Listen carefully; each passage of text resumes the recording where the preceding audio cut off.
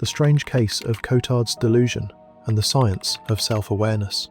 Imagine waking up one morning convinced that you are dead. Not metaphorically dead, not depressed or numb or disconnected, but literally, physically deceased.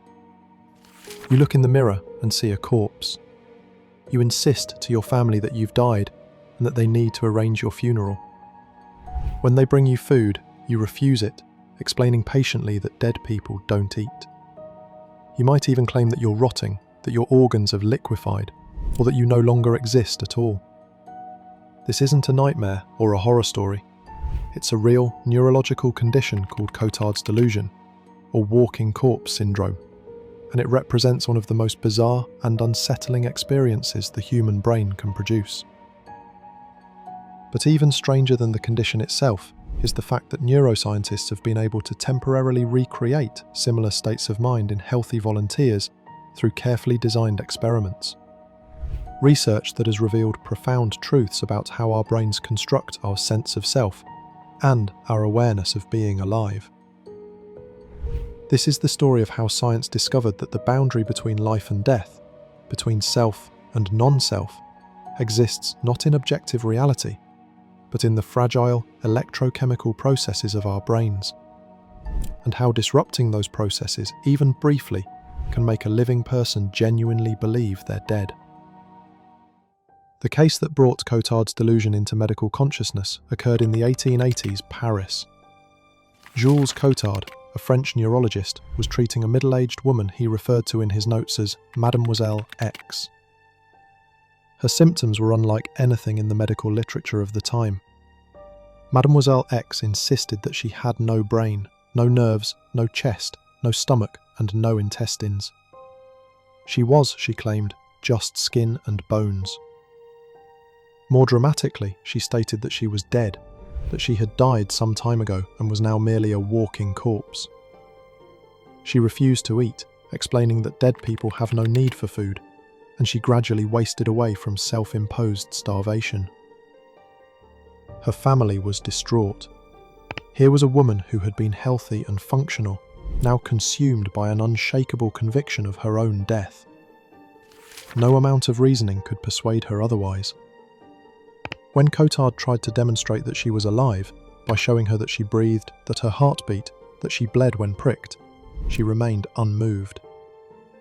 These were, she explained, merely automatic processes in a dead body, or perhaps illusions created by her deceased mind. Cotard was fascinated and horrified. He began documenting similar cases, finding dozens of patients who shared variations of this bizarre delusion. Some claimed they were dead. Others insisted that parts of their bodies didn't exist or had rotted away. Still others believed they had become immortal, paradoxically reasoning that since they were already dead, they couldn't die again. In 1882, Cotard presented his findings to the medical community, describing what he called le délire de négation, the delirium of negation.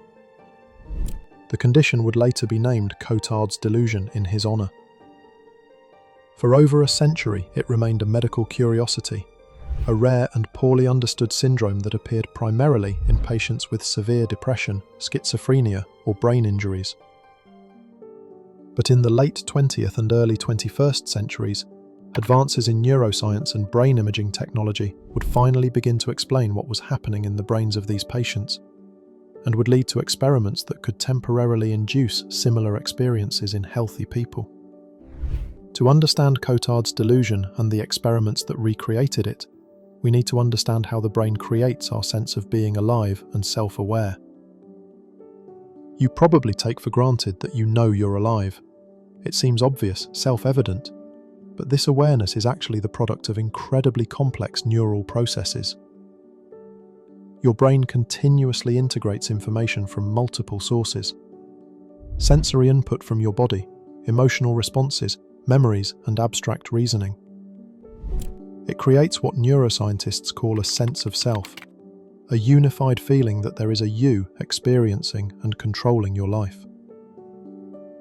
Several brain regions are critical to this process. The insula processes bodily sensations and emotional states, helping create the feeling of being embodied. The prefrontal cortex handles higher-order reasoning and self-reflection. The anterior cingulate cortex integrates emotional and cognitive information. The temporoparietal junction helps distinguish between self and other. These regions communicate through complex networks, and when everything works properly, they produce the seamless experience of being a living, aware person.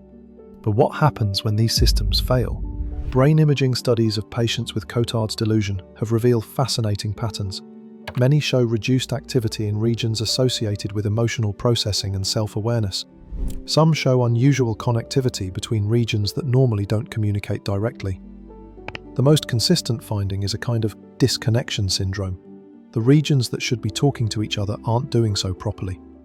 One influential theory, proposed by neuroscientists V.S. Ramachandran and William Herstein, suggests that Cotard's delusion results from a disconnect between recognition and emotional response. Normally, when you see your face in a mirror or think about yourself, there's an emotional resonance, a feeling of, "that's me." In Cotard's patients, that emotional response is absent. They recognize themselves intellectually but feel nothing. The brain, trying to make sense of this profound disconnect, arrives at the only logical conclusion: I must be dead because I feel nothing.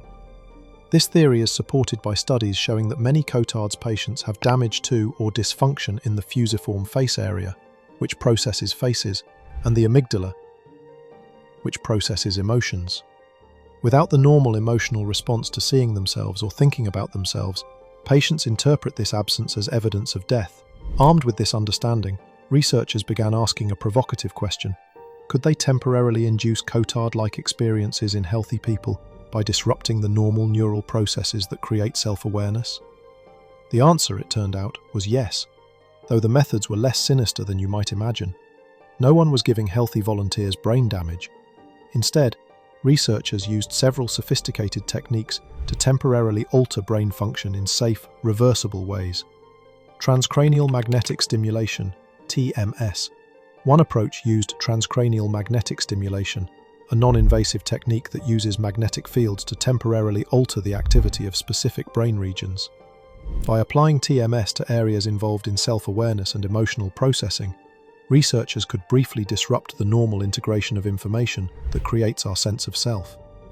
In studies conducted at several research institutions, healthy volunteers underwent TMS, targeting the temporoparietal junction and frontal cortex, while performing tasks related to self-recognition and body awareness.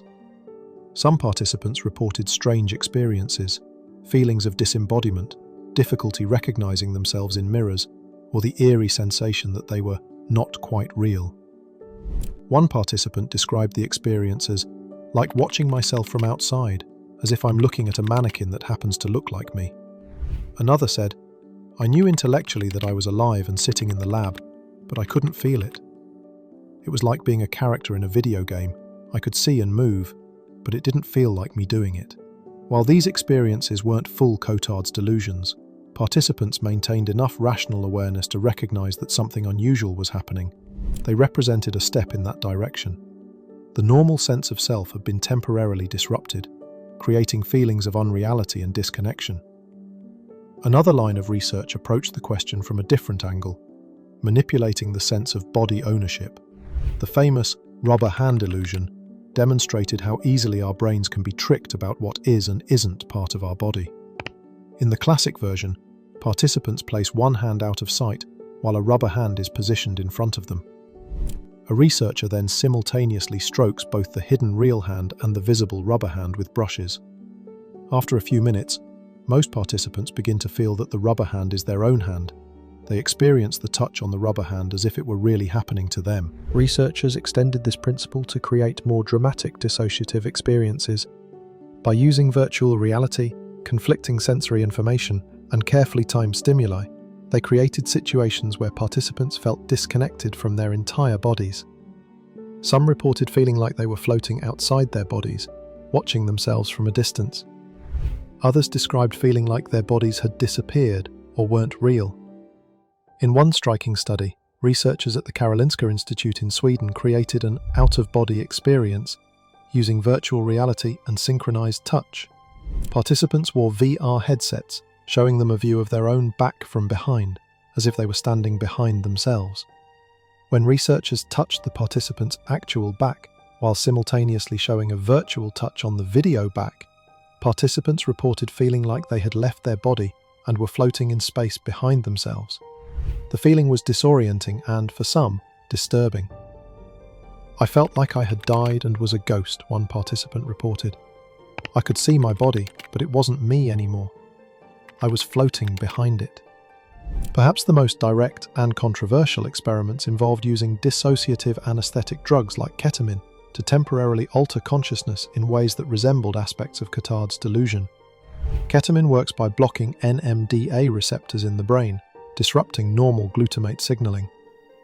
This creates profound alterations in consciousness, including feelings of detachment from the body and self, distortions of time and space, and, in high doses, complete dissociation from reality.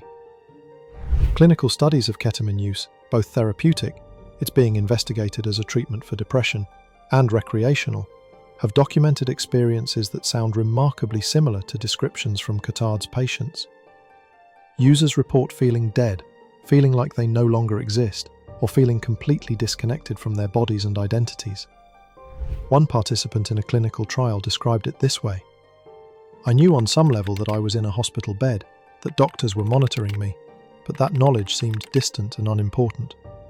I felt like I had already died, and this was some kind of afterlife or dream. My body was just an object in the room, not connected to me at all." These ketamine-induced states aren't identical to Cotard's delusion. They're temporary. Users usually retain some awareness that the experience is drug-induced, and they resolve quickly as the drug wears off.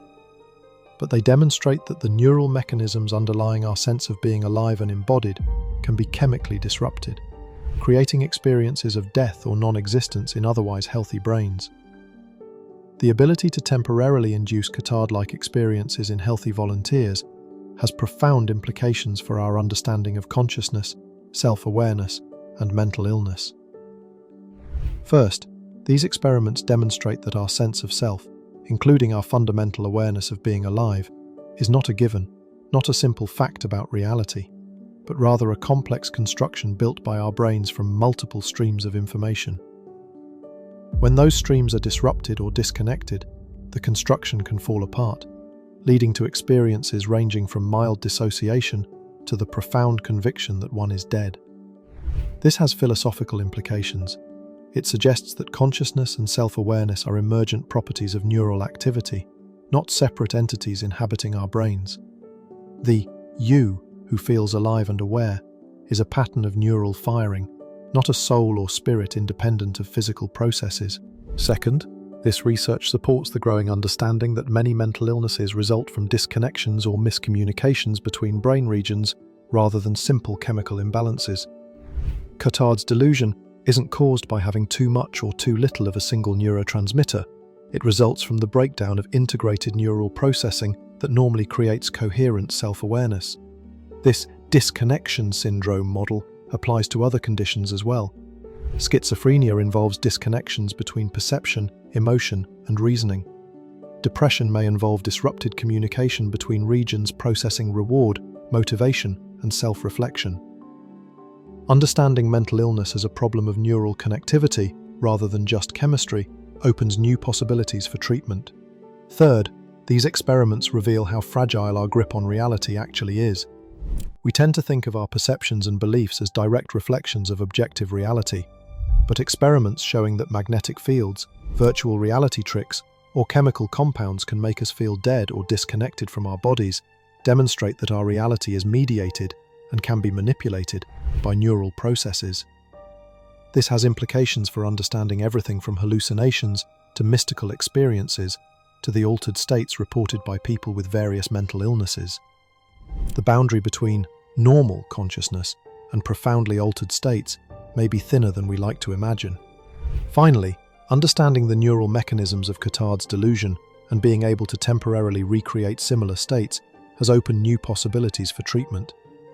If researchers can identify exactly which neural connections and processes are disrupted in Cotard's patients, they can develop targeted interventions, whether medications, brain stimulation, or behavioral therapies, to restore normal functioning. Some experimental treatments have shown promise, Electroconvulsive therapy, ECT, has successfully treated some Cotard's patients, presumably by resetting disrupted neural networks. Certain antidepressants and antipsychotics can help, likely by modulating neurotransmitter systems involved in emotional processing and reality monitoring. Understanding the condition better will lead to better treatments.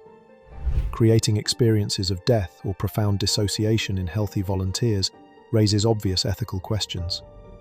How do we balance the scientific value of such research against the potential psychological harm to participants? Even temporary, these experiences can be disturbing and can occasionally trigger lasting anxiety or other psychological effects. Research institutions address these concerns through careful screening of volunteers, extensive informed consent processes, and psychological support before, during, and after experiments. Participants are monitored for adverse effects, and research protocols are designed to minimize distress while maximizing scientific insight. But questions remain. Is it ethical to intentionally disrupt someone's sense of self, even temporarily? What are the long-term effects of experiencing profound dissociation? Could these techniques be misused, for example in interrogation or torture? These are questions that neuroscience must grapple with as our ability to manipulate consciousness grows more sophisticated. Perhaps the most unsettling aspect of this research is what it tells us about the nature of our own existence. We like to think of our sense of being alive as unshakable, as grounded in the obvious fact that we are conscious, breathing, thinking beings. But Cotard's delusion and the experiments that recreate aspects of it reveal that this sense of aliveness is contingent on proper neural functioning. A stroke, a brain injury, a neurological disease, or even temporary disruption from magnetic stimulation or drugs could potentially rob us of the feeling that we exist. We could look in the mirror and see a corpse. We could be surrounded by loved ones insisting we're alive while remaining utterly convinced that we're dead. This vulnerability is frightening, but it's also, in a strange way, illuminating. It reveals that consciousness and self-awareness, the things we think of as most essentially us, are physical processes subject to the same vulnerabilities as any other bodily function. Understanding this doesn't diminish the wonder of consciousness. If anything, it makes it more remarkable that these complex neural processes usually work so seamlessly that we never question whether we're alive. The experiments that make people believe they're dead ultimately teach us something profound about what it means to be alive. Our existence is not a simple fact, but an ongoing achievement of our brains, a continuous construction that can be disrupted, but that, in healthy circumstances, provides us with the unshakable conviction that we are here, we are real, and we are alive. For Mademoiselle X and others suffering from Cotard's delusion, this knowledge offers hope that their condition can be understood and treated. For the rest of us, it offers a deeper appreciation for the remarkable neural processes that, at every moment, convince us that we exist, and a reminder of how precious and fragile that conviction truly is. If you found this journey into the stranger corners of neuroscience as fascinating as I did, please consider subscribing to the channel. We explore the weirdest, most thought-provoking stories from science, history, and medicine. The kind of tales that make you question what you thought you knew about reality. Hit that subscribe button and the notification bell so you don't miss future videos about the amazing, bizarre, and sometimes unsettling truths about the human brain and body. And if you enjoyed this video, leave a comment below. I'd love to hear your thoughts. Have you ever experienced moments of dissociation or unreality? What other strange neurological conditions would you like to learn about? Your comments help guide what topics we cover next. Thanks for watching, and remember, you're definitely alive. Your brain is making sure of it right now.